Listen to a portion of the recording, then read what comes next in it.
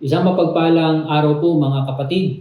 Kumusta na po kayo? At ang patuloy na pag-iingat ng ating Panginoon ang siyang maranasan nating lahat. Happy Sunday po sa inyong lahat. At sa ating pong pag-aaral ng kanyang mga salita, ang ating pong passage ay makikita sa Romans chapter 13, verse 1 hanggang 7. Ganito po ang sinasabi ng talata na ating pong tutunghayan. Ang title niya po, Paggalang sa Pamahalaan. Ang bawat tao'y dapat pasakop sa mga pinuno ng pamahalaan sapagkat walang pamahalaang hindi mula sa Diyos at ang Diyos ang nagtatag ng mga pamahalaang umiiral. Kaya nga, ang lumalaban sa pamahalaan ay lumalaban sa itinakda ng Diyos at sila'y paparusahan. Ang mga pinuno ay hindi dapat katakutan ng taong gumagawa ng mabuti. Ang mga gumagawa lamang ng masama ang dapat matakot. Kung ayaw mong matakot sa mga namumuno, gumawa ka ng mabuti at pararangalan ka nila. Sila'y mga lingkod ng Diyos para sa ikabubuti mo. Ngunit kung gumagawa ka ng masama, dapat kang matakot dahil sila'y may kapangyarihang magparusa. Sila'y mga lingkod ng Diyos na nagpaparusa sa mga gumagawa ng masama. Verse 5. Kaya nga dapat kayong pasakop sa kanila, hindi lamang upang hindi kayo maparusahan, kundi alang-alang na rin sa inyong budhi. Iyan din ang dahilan kung bakit kayo nagbabayad ng buwis. Ang mga pinuno ng pamahalaan ay mga lingkod ng Diyos at ito ang kanilang tungkulin.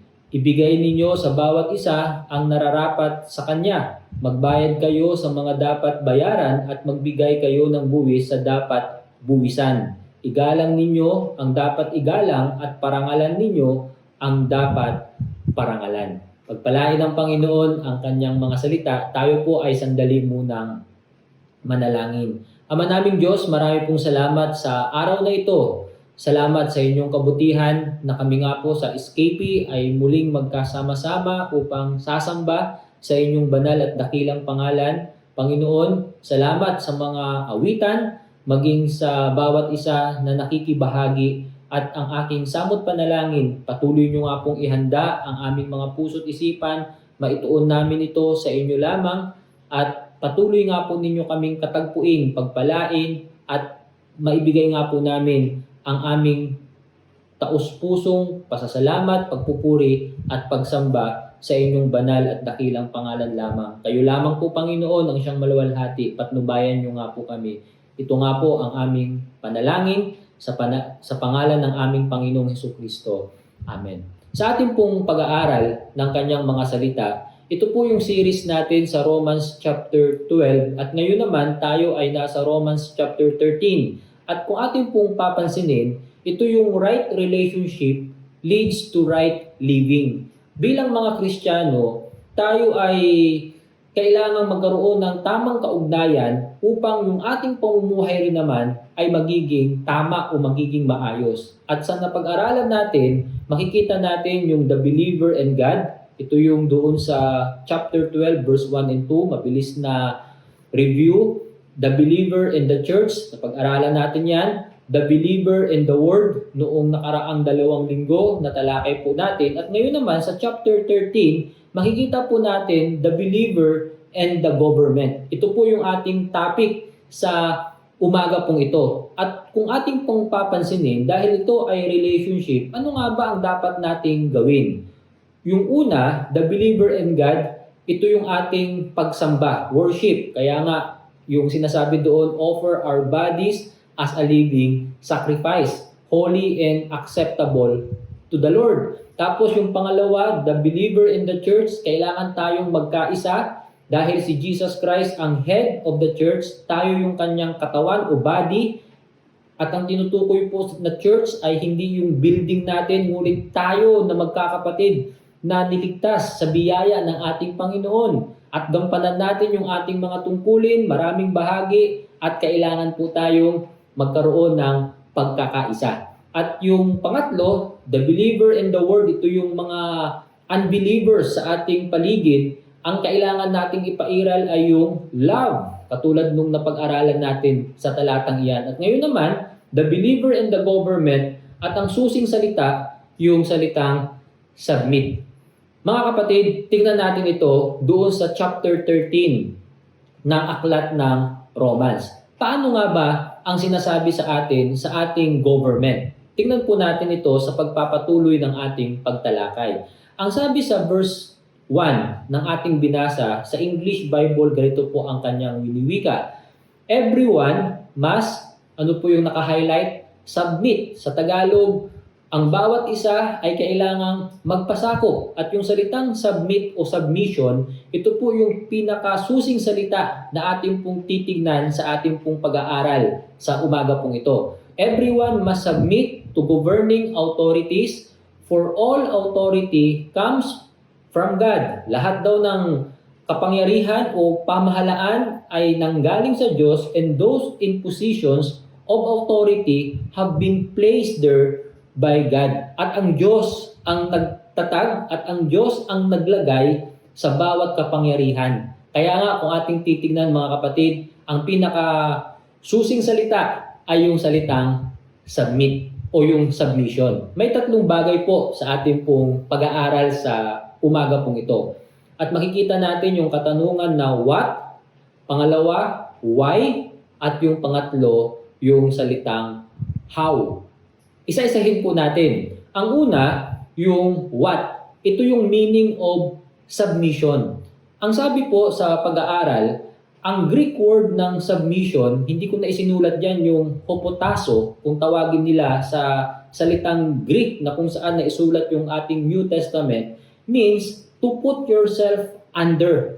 Ilagay mo ang iyong sarili doon sa ilalim o kaya ipailalim mo ang iyong sarili. A designated order or structure. Maganda yung term eh. Ito yung nakatalagang order, designated na structure. Ipinapakita yung kung familiar kayo sa term na organizational chart. Hindi ba't sa mga company, sa mga trabaho, mayroon tayong makikitang organizational chart. May mga structure.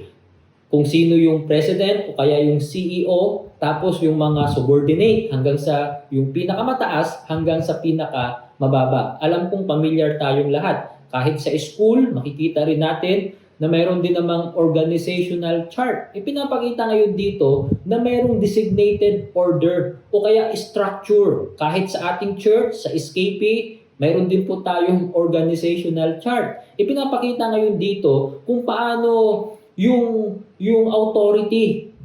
At ang sinasabi niya ngayon dito ng meaning of submission, to put yourself under. Kaya nga napakaganda ng term na ito. At ito yung utos na makikita na ibinibigay din naman sa atin kahit sa ating pagsunod sa ating pong government. Kung ating pong papansinin, yung sinasabi diyan, God-ordained authorities. Ang Diyos mismo ang nagtatag. Ito yung Tagalog term niya. Ang Diyos ang nagtalaga o nag-establish ng bawat authority. At kung ating pong papansinin sa pag-aaral ng Bible, hindi lamang yung government ang itinatag ng Diyos. Mapapansin po natin dito sa ating PowerPoint, una yung family. Sa Ephesians chapter 5 verse 22. Tapos yung work, alam po ba nyo sa trabaho, mayroon ding authority na ibinigay ang ating Panginoon. Sa church, makikita natin dyan sa Hebrews 13:17 at maging sa government, at ito yung ating topic ngayong umaga. Kaya nga kung ating papansinin, hindi lamang ito sininggle out sa government. Kahit sa family, sa work, sa church, sa government na ating topic, makikita natin yung utos ng Panginoon na ang Panginoon mismo ang nagtatag ng bawat authority. Ang sabi noong Ephesians chapter 5 verse 22, sabi niya dito, pwede po ba nating basahin yung mga kalalakihan naman? Ang sabi niya diyan, wives, submit to your own husbands as to the Lord. Ang saya ng mga kalalakihan. Totoo po yun. At kung ating papansinin, ito yung authority. Kahit naman sa parents and children, na yung mga anak, magpasakop kayo sa inyong mga magulang kasi under kayo ng kanilang authority. Kaya nga, kung nag-asawa na, kailangan bumukod para yung mga anak naman na bagong kasal, siya ang magtatatag ng kanyang family. Kung ating papansinin, ito yung makikita natin sa Bible. Sa work, ang sinasabi dyan, servants, Ito yung mga employee, be submissive to your masters. Ito yung mga employer, mga boss. Yung mga servant, natural, sila yung magpasakop sa kanilang mga masters o sa kanilang mga boss. Alangan naman yung boss ang susunod sa kanilang mga empleyado. Hindi makikita natin ang talino ng ating Panginoon. Kaya nga sabi ng Bible, God is God of order. Mayroon pong kaayusan, hindi po magulo.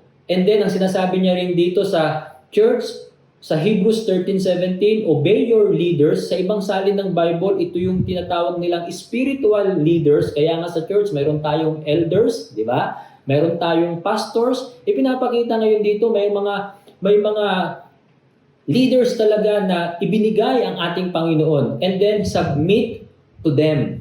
Kahit sa ating church, mayroon po tayong board of trustees na kailangan tayong magpasako. At the same time, sa government, ito yung ating binabasa, everyone must submit to governing authorities. Makikita po natin yung mga salitang ito, yung salitang submit.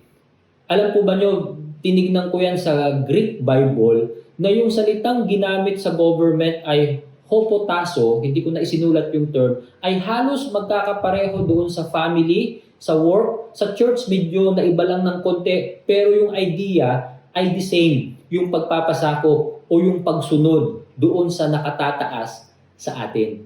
Kaya nga, kung atin pong titignan, ito po yung chain of command. Parang sa military, may chain of command, hindi ba? Tama po yun. Ito yung order of authority. Na ang Diyos mismo ang nagtalaga ng mga bagay na iyan. Isipin po ninyo mga kapatid, kung walang authority, lahat gustong maging leader, di ba't napakagulo? O kaya walang gustong maging leader, hindi ba't napakagulo rin naman? Kaya nga, sa karunungan ng ating Panginoon, itinalaga niya ang mga authority na ito. Pangalawang point ng ating pong pag-aaral, ito yung why. Ito yung reason for submission. Bakit nga ba tayo kailangang magpasakop? Alam po ba nyo, as a person, kahit ako, minsan pumipiglas tayo pumapalag. Ayaw nating magpasakop, pero ang totoo, kailangan po tayong magpasakop. Ang tanong, bakit nga ba kailangan tayong magpasakop? Ano yung mga dahilan? Ang unang dahilan na makikita natin, because all authorities are established by God. Lahat ng mga authorities na ito, ang Diyos mismo ang nagtatag, mga kapatid. Pansinin natin yung verse 1 and 2. Ang bawat tao'y dapat pasakop. Ito yung submission sa mga pinuno ng pamahalaan sapagkat walang pamahalaang hindi mula sa Diyos. At ang Diyos ang nagtatag ng mga pamahalaang umiiral. Napansin po ba nyo? Sino po ang nagtatag? Sino po ang nag-establish? Hindi ba ang sabi po ng verse maliwanag, ang Diyos ang nagtatag ng mga pamahalaang umiiral. Ipinapakita yung verse 2, kaya nga ang lumalaban sa pamahalaan ay lumalaban sa itinakda ng Diyos at sila'y paparusahan. Ipinapakita ngayon dito na ang Diyos ang pinaka-absolute authority. Hindi government, hindi church, hindi family. Ngunit ang church, ang God, ang pinaka-absolute authority talaga. Kung ating pong papansinin mga kapatid, siya ang pinakamataas sa lahat ng authority. Kung titingnan po natin ito sa dalawang talata sa Bible, sa Daniel chapter 4, ang sabi po, ito yung sulat ni Propeta Daniel at ang kausap niya dito ay si Haring Nabukadnezar. Si Haring Nabukadnezar ang pinakamakapangyarihan doon sa imperyo ng Babylon. Kasi yung Babylonian Empire, nasakop nila ang malawak na lupain katulad ng Israel. Kaya nga si Daniel ay naging bihag. Ipinapakita ngayon dito sa kanyang kapangyarihan, si Haring Nabukadnezar ay naging mayabang. Kasi nga sa kanyang tagumpay, sa kanyang accomplishment, talagang naging mayabang na.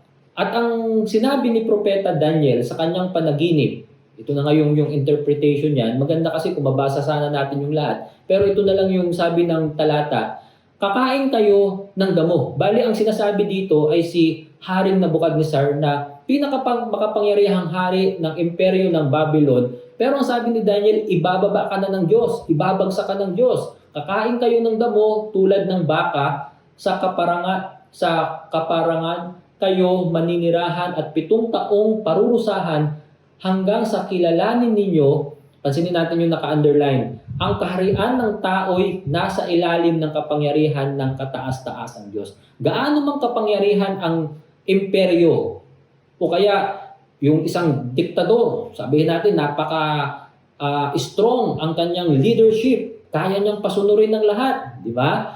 Ang sabi ng verse, ang kaharian ng tao'y nasa ilalim ng kapangyarihan ng kataas-taasang Diyos. Tandaan natin yun mga kapatid.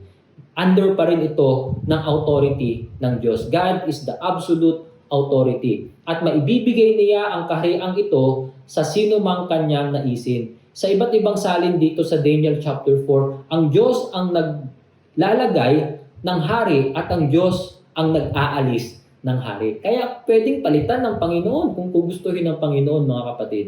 Mga kapatid, wala tayong pwedeng ipagyabang. Kasi kung gugustuhin ng Panginoon palitan, alisin ang isang leader o ang isang government o ang isang kingdom o ang isang empire, sabihin natin ganun. Hindi ba pwedeng gawin ng Panginoon dahil ang Panginoon ang naglagay, ang Panginoon ang makapangyarihan pa rin na pwedeng magpalit o magtanggal at pwede niyang iluklok ang sino mang nanaisin ng ating Panginoon. Kahit dito sa New Testament, John chapter 19, ito yung hinuli na ang Panginoon upang ipako sa krus. Muling nagtanong si Pilato. Kilala po ba niyo si Pilato? Ito po yung kwento na kung saan ang Panginoon ay hinuli na. Ayaw mo bang makipag-usap sa akin? Hindi mo ba alam na may kapangyarihan akong palayain ka o ipapako sa krus? Ang kausap dito ni Pilato ay si Jesus na. Pansinin natin ang sabi ni Pilato, hindi mo ba alam na mayroon akong kapangyarihang palayain ka o ipapako sa krus? Makapangyarihan si Pilato.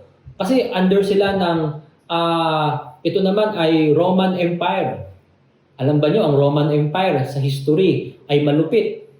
Ang Roman Empire ay walang human rights. Katulad ng crucifixion, walang human rights dyan. Napaka-brutal, napaka-violente.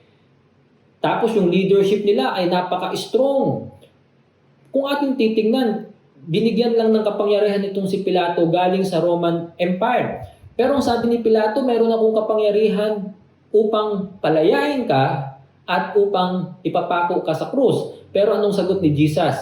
Ang sabi ng Panginoon, sumagot si Jesus, magagawa mo lamang iyan. Bakit? Sapagkat, pasinin po natin ipinagkaloob sa iyo ng Diyos ang kapangyarihang iyan. Kahit yung kapangyarihan ni Pilato, yung malupit na leader, o kaya naman sabihin natin unfair, o kaya naman sabihin natin napaka unreasonable, sabihin natin gayon. Pero alam ba nyo, ang sabi ni Jesus, hindi siya lumaban. Napansin ba nyo? Chill, di ba? Kalmado lang ang ating Panginoon. Hindi siya lumaban. Nagpasakop siya sa government, si Jesus. At ang sabi ni Jesus, kung bakit lang kayo mayroong ganyang kapangyarihan dahil ipinagkaloob ng Diyos sa inyo.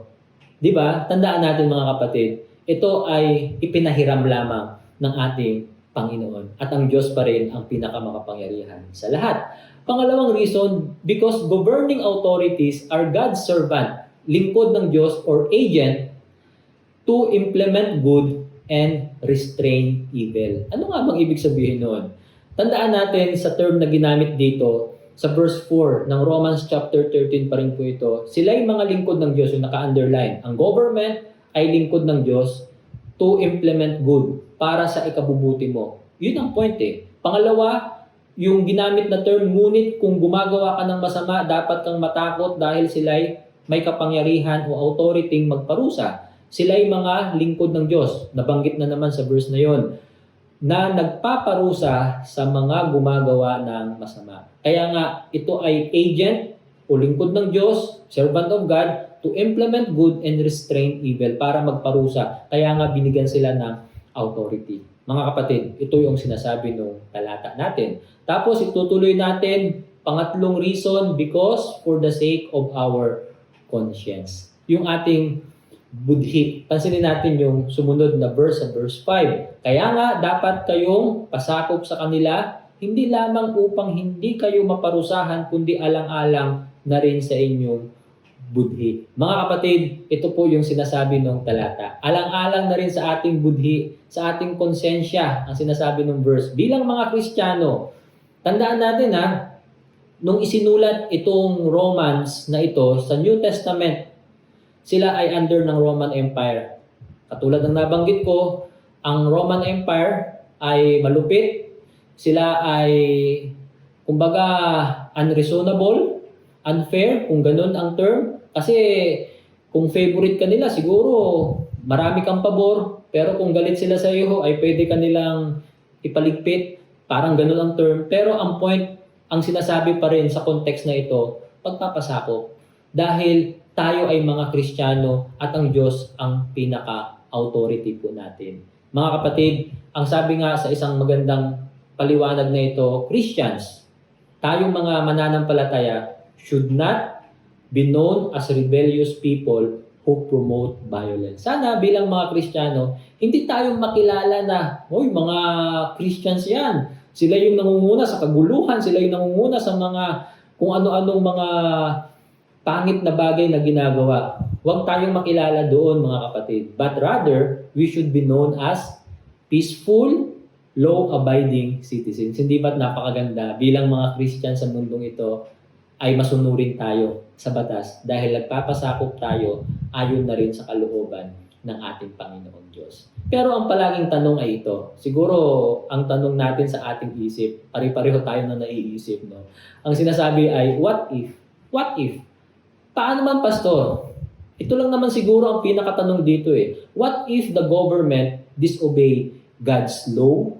Halimbawa, yung government ay lumalabag na sa batas ng Diyos, sa utos ng Diyos. Ano ang dapat kong gawin? Sino ang dapat kong sundin? Sabi ng Bible, sundin ng government. Pero kung sakali lang naman, tahasan na yung paglabag ng government sa kalooban ng Diyos o sa batas ng Diyos, sino ang dapat sundin? Ang government o ang Diyos pa rin? Ang sabi nung pastor na si John MacArthur, yan, siguro familiar kayo sa kanya, Christians should obey governmental authority. Bilang mga mananampalataya, ano daw po? Sumunod tayo sa ating government. But when government decrees are clearly contrary to God's word. Pero kapag ang government ay talagang tahasan ng sumusuway o lumalabag sa kalooban ng Diyos, ano daw ang sinasabi niya sa huling linya? God must be obeyed. Tandaan natin, ang Diyos pa rin ang absolute authority. Ang Diyos pa rin ang dapat nating sundin. Kung sakali lang naman na ang government ay nag-contradict na sa kanyang kalooban. Magbibigay ako ng halimbawa sa Bible, mga kapatid. Ang unang halimbawa, if government orders to do evil like murder. Alam ba nyo, ang example nito doon sa Hebrew midwives. Naalala pa ba nyo yung Bible reading natin sa Exodus chapter 1 na kung saan ang sabi ng paraon, lahat ng lalaki papatayin pagkapanganak. Kung babae, buhayin. Ano ang ginawa ng mga kamadronang ito? May takot sa Diyos. Dahil alam nila, murder di ba? Hindi ba ang sinunod nila ay ang Diyos? Ipinapakita ngayon dito na ito yung ilang mga example na pwede nating makita sa Bible.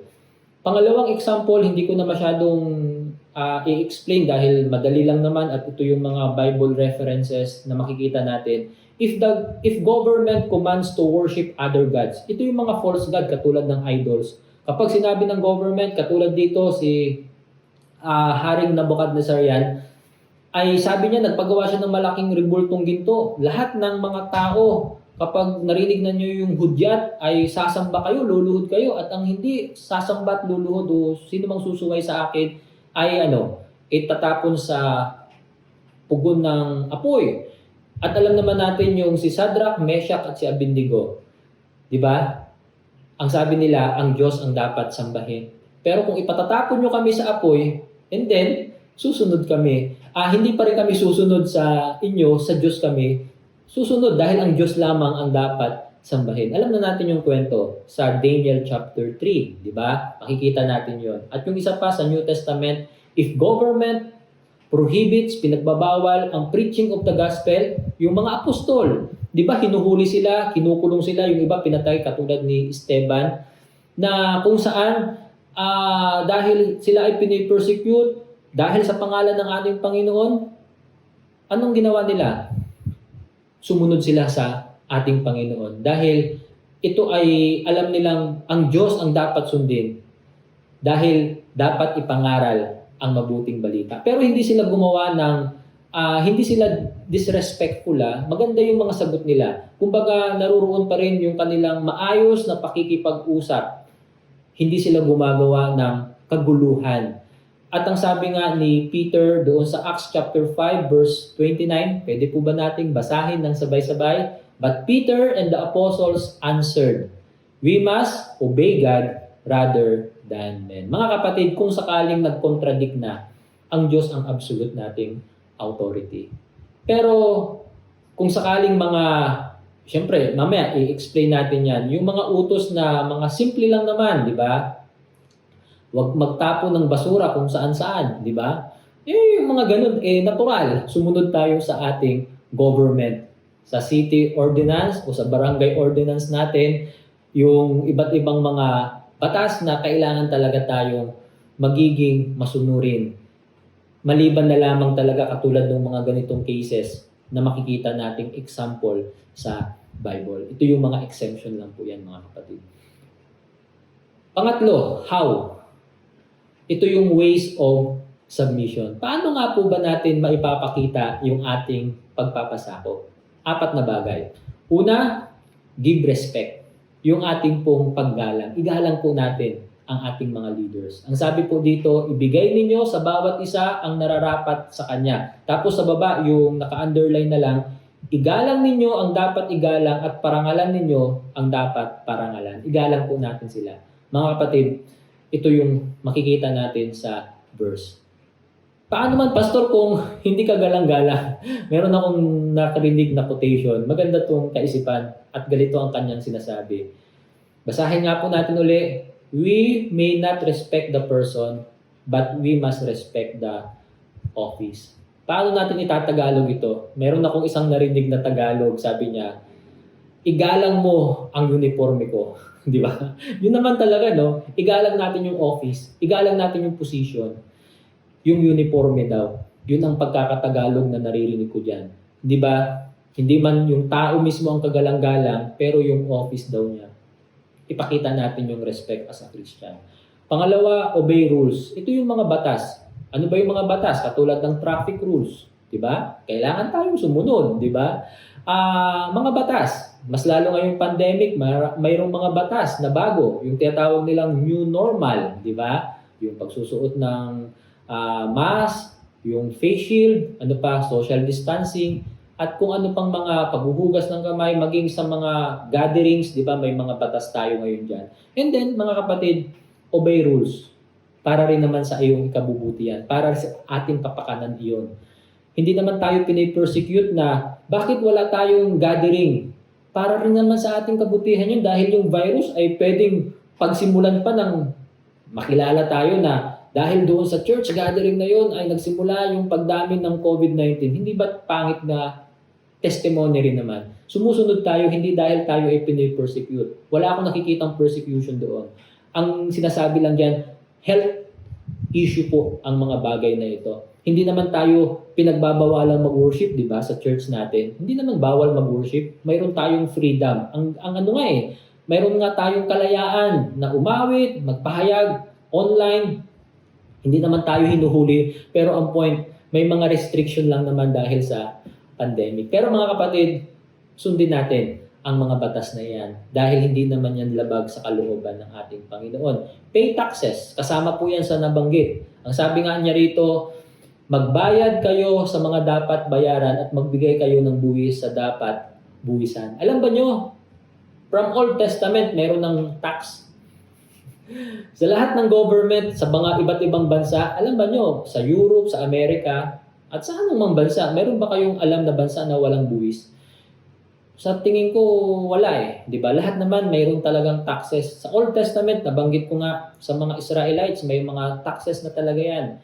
Kung babasahin natin, actually nagba-Bible reading tayo, mababasa natin 'yan. Kahit si Jesus sa New Testament nagbigay ng tax, sa temple tax. Ang sabi ni Jesus, dapat exempted. Pero ang sabi ni Jesus, para wala silang masabi sa atin, magbigay tayo ng buwis. Di ba? Si Jesus nagpasakop din naman. At makikita natin na ito ay isa sa mga itinanong sa ating Panginoon. Sa Matthew chapter 22, merong nagtanong, ano sa palagay nyo, tama po ba na tayong mga Hudyo ay magbayad ng buwis sa emperador o sa Caesar yan sa English, sa ng Roma o hindi? Dapat ba tayo, kasi under sila ng Roman Empire, ang tindi ng tax nila noon. At talagang sapilitan yan. Tinanong sila ni Jesus, kaninong mukha at pangalan ang nakaukit sa pera? Sumagot sila sa emperador o sa Caesar. Kaya sinabi ni Jesus sa kanila, kung ganoon, ano daw po ang sagot? Ibigay ninyo sa emperador ang para sa emperador at sa Diyos ang para sa Diyos. Sa English, give to Caesar what belongs to Caesar and give to God what's belong to God. Mga kapatid, ipinapakita, ito yung isa sa mga makikita nating paraan ng pagpapasakop. Kahit si Jesus ay sumunod doon sa pagbabayad ng buwis na yun. At pang-apat at panghuli na gusto kong i-share sa inyo sa ating pong pag-aaral, pray for them. Ito po yung makikita sa 1 Timothy chapter 2 verse 1 at 2. At dito na po ako magkukonclude. Ang sabi po, bilang mga Kristiyanong nasa bansa natin ito, una sa lahat, ipinakikiusap kong idulog ninyo sa Diyos ang inyong mga kahilingan, panalangin, pagsamo at pasasalamat para sa lahat ng tao. Ipag-pray natin ang lahat ng mga tao hanggang maaari. Yung pagsamo, kahilingan, panalangin. Verse 2, idalangin rin ninyo ang mga hari at may kapangyarihan. Kasama na yung government natin, yung mga leaders natin. Ang tanong ko nga mga kapatid, pinag-pray nga ba natin? Di ba kahit sa ating church, every Wednesday sa ating midweek service, meron tayong prayer request. Sa ating church, sa ating kapatiran, sa mga gawain, sa mga may karamdaman, pinag-pray natin. At meron din tayong portion sa ating government. Maganda, biblical. At ito yung tama. Na idalangin ang ating mga leaders, ang ating mga tagapamahala, ang nasa kapangyarihan. Ito man ay nasa national at local, di ba? Under din tayo ng LGU, yung local government unit natin, upang napakaganda ng ng kaisipan, upang tayo'y makapamuhay ng matahimik, mapayapa, makadiyos at marangal. Pag-pray natin mga kapatid, kailangan nila ng prayer din natin. Ito yung isa sa mga magandang hamon. Ipag-pray natin yung ating family, ipag-pray natin yung ating church, ipag-pray natin yung ating work, di ba? And then, pati government ay kasama sa prayer para makapamuhay tayo ng matahimik. Mas lalo ngayong pandemic, di ba? Mas kailangan nila ang prayer natin talaga. Talagang iluhod natin sila sa Panginoon sa panalangin. Sabi nga nung isang maganda kong nakita na picture na ito, pray for the Philippine government. Actually, kung makikita nyo dyan, ito ay galing sa CBN Asia. Na ito yung magandang hamon sa ating lahat, di ba? Na maipag-pray talaga natin. Dahil tayo ay part ng lipunang ito. Tayo po ay magwawakas sa panalangin. Ama naming Diyos, marami pong salamat sa aming government. Pinagpipray nga po namin sila. Kayo nga po ang siyang patuloy na mag-bless sa aming bayan. Alam nyo nga po ang nangyayaring ito. At patuloy nga po namin silang isinasamo sa inyo. Pagpalain nyo nga po ang aming government. Maging sa kabila ng pandemic, Panginoon, ay patuloy nga po kaming ingatan, ilayo sa COVID-19 sa aking mga kapatid, dito nga po sa Valenzuela, sa Baluyot at sa ibang mga lugar sa abroad. Ingatan nyo nga po, Panginoon, at pagpalain nyo nga po kami.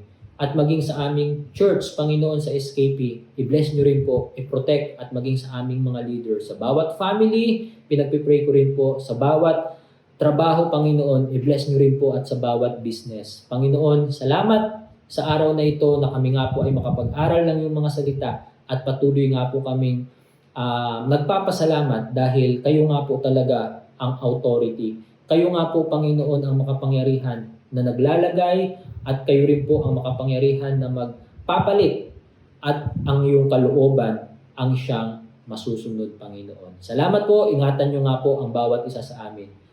Sa pangalan ng aming Panginoong Jesucristo.